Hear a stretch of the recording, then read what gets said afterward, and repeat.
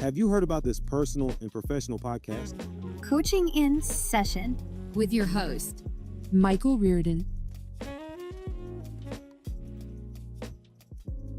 I actually have many blogs along with this type of concept that we're going to be talking about today. I've actually probably talked about it on Wednesday episodes also. Today, we're going to be looking at the no excuses aspect primarily. Every year, I typically come out with a New Year's resolution blog because we make New Year's resolutions. We say that we're going to make this year the best year. Next year is going to not be any different.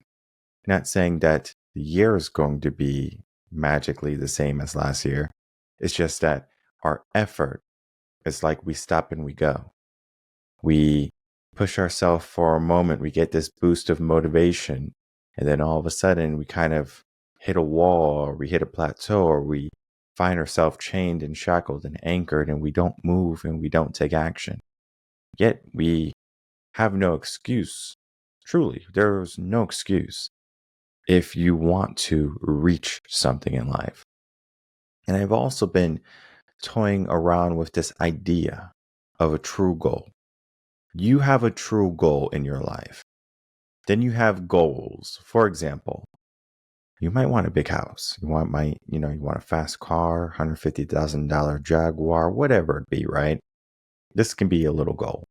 But who gave you that goal of wanting that car? Was it society or was it yourself? Truly, true goals now. Because the true goal for you could be family.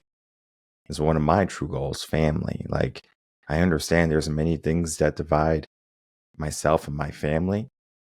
But at the end of the day, we're family. Like, the word family, like, it's like brother and sister, mom and dad, mother and father. They're powerful words. This is not something to be belittled. Your life should not be belittled. You should not belittle your days, but yet many people do. Many people walk and they wait for tomorrow. They wait for the right time, the right opportunity. We have to take action. There's no excuse for us not being where we want to be. Now, I understand it takes time, right? It takes time to get someplace. You can get someplace really slow, like walking, or you can get someplace very quickly, like flying, a jet or whatever, right? Which is the difference? Which is better? It depends on the person. Because if you walk, you're going to get so much more than just hopping on a plane and all of a sudden you're where you need to be. The pain, the challenge, different types of temperatures, and everything you're going to experience along the way is going to be so much more than a quick flight. But then at some times you do want to get to where you want to go very quickly, maybe because of other obligations, or maybe you weren't looking for the journey so much of experience every little nuance of life. When I lived in Connecticut, and I would go hiking all the time. When I moved to Texas, I went hiking a couple times. And I had an apartment early on by a preservation. It's a forest and it's preserved right in Austin, North Austin. And it was a beautiful walk. I would always go there in the morning with my dog and we would go walk. There was a lot of wildlife. I'm talking about, I think, the coyotes. They had skunks and stuff like that. So you had to be careful when you went late in the evening because you don't want to get sprayed by a skunk or whatever. It was untouched. It was enjoyable. Now, of course, there was a concrete trail in between it to help you walk, and you can go running or you can ride a bike or whatever it was. It was a wonderful place to hike. And every time I went into the forest, I went on the unbeaten trail. I got lost. Even though all my years in Connecticut hiking, and I'm talking about I went off the beaten trail in Connecticut with like no map, and it was crazy. But I always found my way. But yet here in Texas, it's like this forest is like in the middle of the city. So when I end up somewhere, it's like I can't connect the dots and I'm ending up in the city. So I have to basically walk the city streets to get back to my apartment or my house.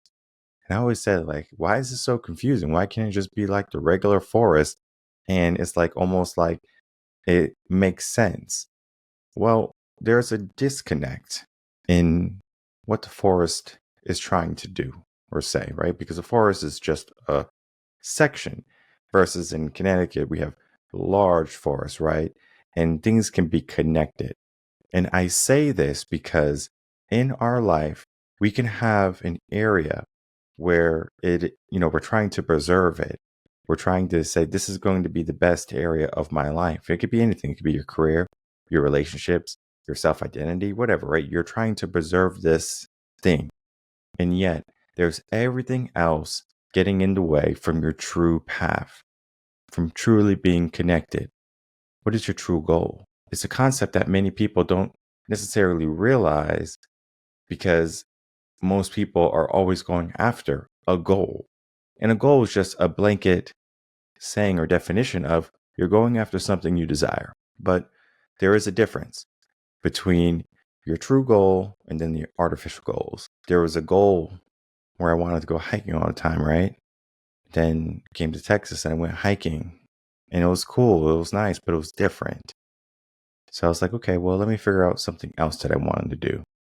That was when I went on my search for meaning. 2017 was a search for meaning for me, where I read, I can't tell you how many books, probably like close to 50 books that year. I was trying to find meaning in my life. It was not easy. There was a lot of uncertainty there. But what I can tell you is that I identified my true goals. One of the things I do with younger men and women who come working with me. So we're looking at 18 to 22. And then actually, we can go all the way up to 28, to be honest. They're just sections I typically recommend any young adult get coaching or find a mentor. It doesn't matter who you are. From 18 to 22, typically, you want to get a mentor. And I'm talking about every month you're going to see your mentor. It doesn't have to be every single week, but it has to be at least every single month. Then, when you turn 25, this can be flexible from 25 to 28. You need to go see your mentor again in a 9-month span. If you do not see your mentor within that 9-month span, you're going to find yourself in your 30s kind of playing a catch-up game. One of the things that my financial advisor, when I was 18 years old, when I went into his office for the first time, I said, yeah, I want to, invest. And I didn't know anything about investing. And it was just like something I thought I know I needed to do because I was in, business finance and accounting. So I'm already in that world.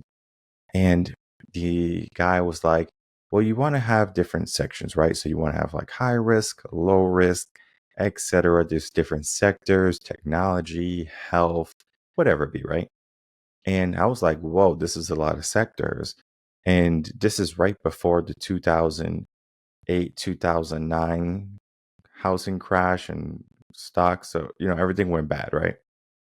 And I remember telling him, I was like, I want to invest, but there's so much uncertainty right now. And I just don't want to put in money and then lose my money.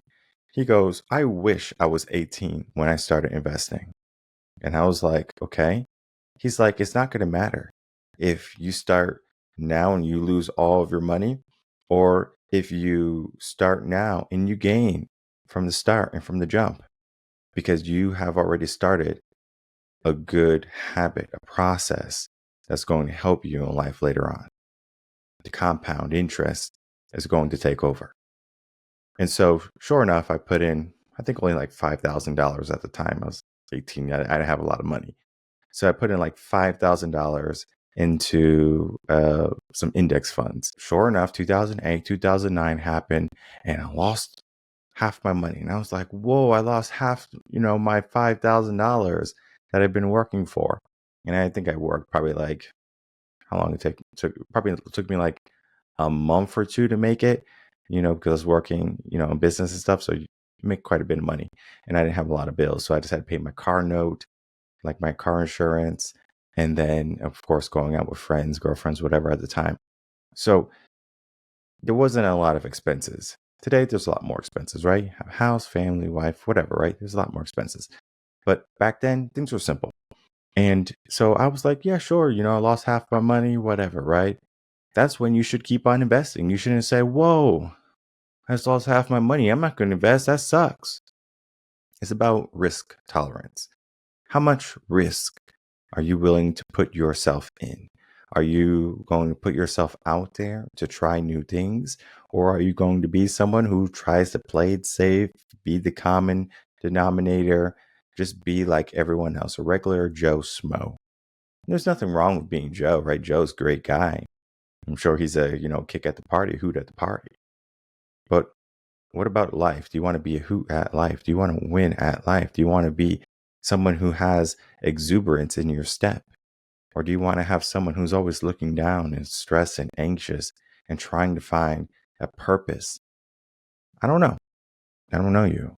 Maybe I do. Maybe you're a client of mine, or maybe you have listened to some episodes and you've maybe been a guest. I don't know. But what I can say is there is a process that we must follow. We have to start. It is as simple as that. But sometimes starting might not be enough because we can start all the time. I'm going to start going to the gym Monday. I'm going to start my diet on Monday. I'm going to start something right on Monday. I'm going to start looking for a new job. I'm going to start looking for a new relationship. We can start so many different things, but then at the same time, are we finishing them?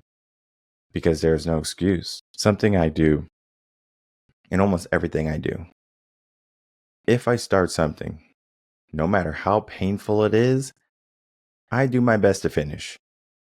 For example, I have a motivational video series, Motivation Emotion. I'm not sure if you heard about it.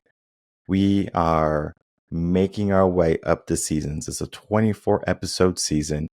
We operate 3 times a year. So there's 3 seasons a year.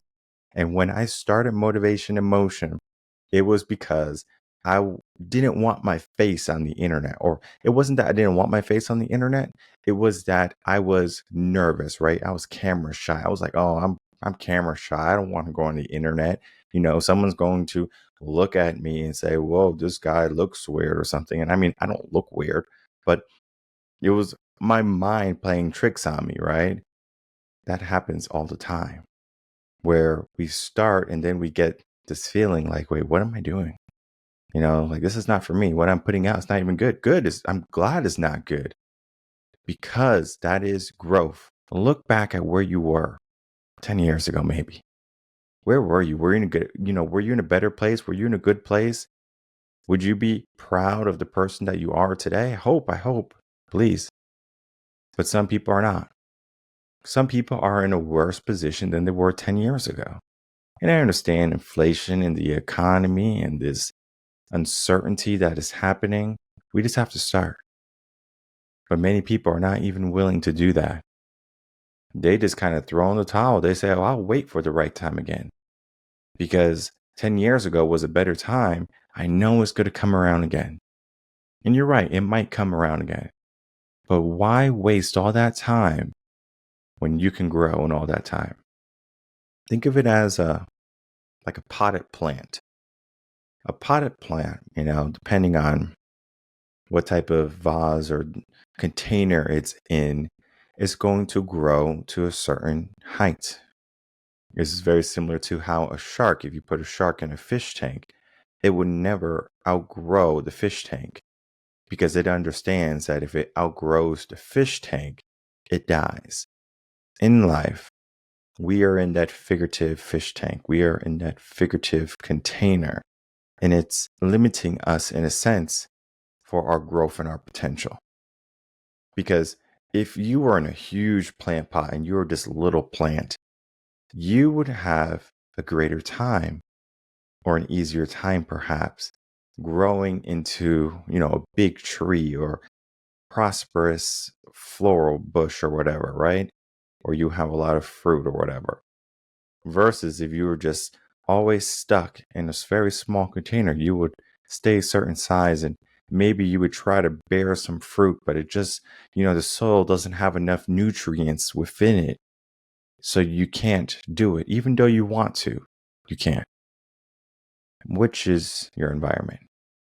In Connecticut, there's nothing wrong with Connecticut. I love Connecticut, love the people there. But I felt that it was a smaller container than what I was needing because I wanted something grandiose. And it wasn't that I needed to be a celebrity or a public figure or want the world to, aspire to be me or to reach out to me. It wasn't that. It wasn't that big yet. And even today, like, it doesn't even matter if people know my name. But then when people hear Michael Reardon, they're like, oh, wait, that name sounds familiar. Well, it could sound familiar all it needs to be.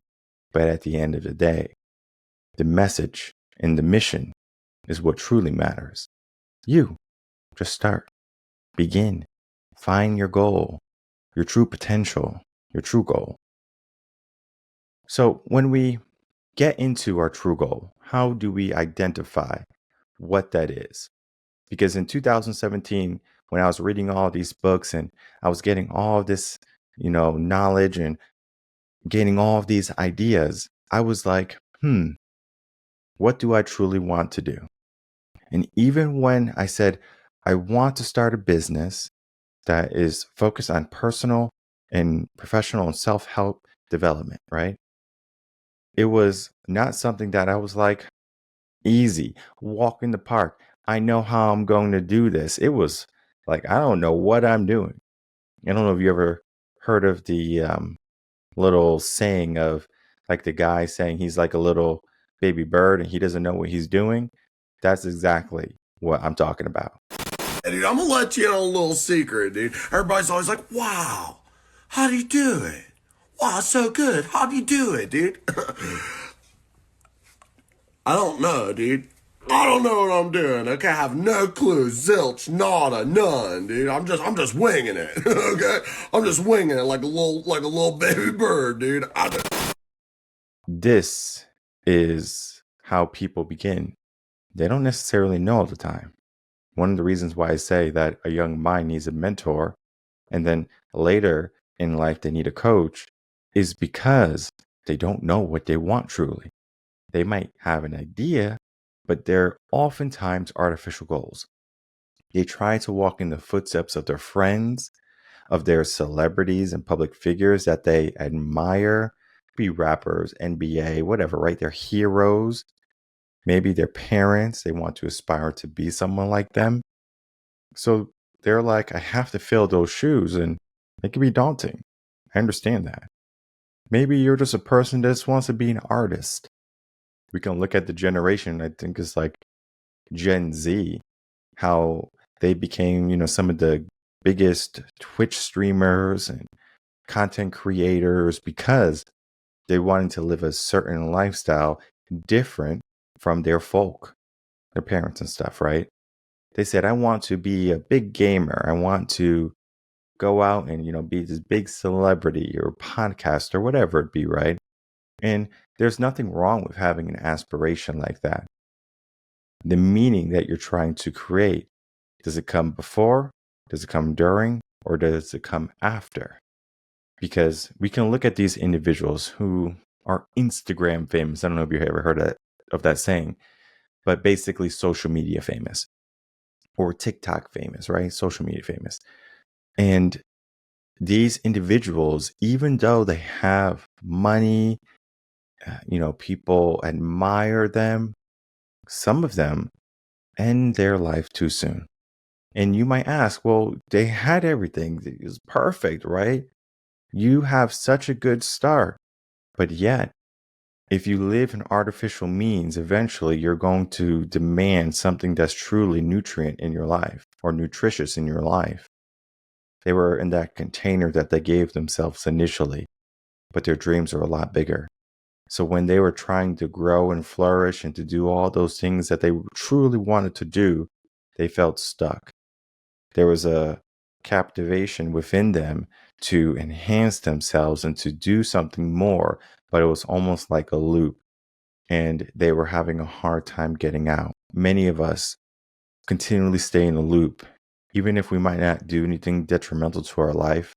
we do things that are detrimental to our success. It might not seem like you are the obstacle in your life because you are also the proponent that's supposed to be helping propel you to the person that you're supposed to become. It doesn't make sense why you are the person stopping yourself from greatness. It doesn't make sense why you do not just start. This is something that we have to get in the habit of beginning and finishing what we start. But we have to have meaning behind what we are starting. Because if we just start something because the world says, or we do it haphazardly, we're not going to finish. I know Ice Cube talked about this in an interview, and he basically was asked, like, what advice do you have for young people or entrepreneurs or business people, whatever the question truly was, but it was along those lines. It could be rapper, MBA, right? He says basically, if you don't want to be in this for 5 or 10 years and not get paid or not be appreciated or not willing to, go through the hardship, do not even start, because that's how long it could take. However, your hard work will pay off if you remain consistent. Going to the gym, right? You're losing some weight. It took you years maybe to gain all the weight that you put on your body. But guess what? If you're trying to lose this weight, it's going to take maybe years for you to lose that weight. We do it in a healthy way. There's going to be healthy ways in which we operate. And we have to kind of go where we can go. We want to avoid burnout, and we want to maximize our potential and our success in what we do in our day.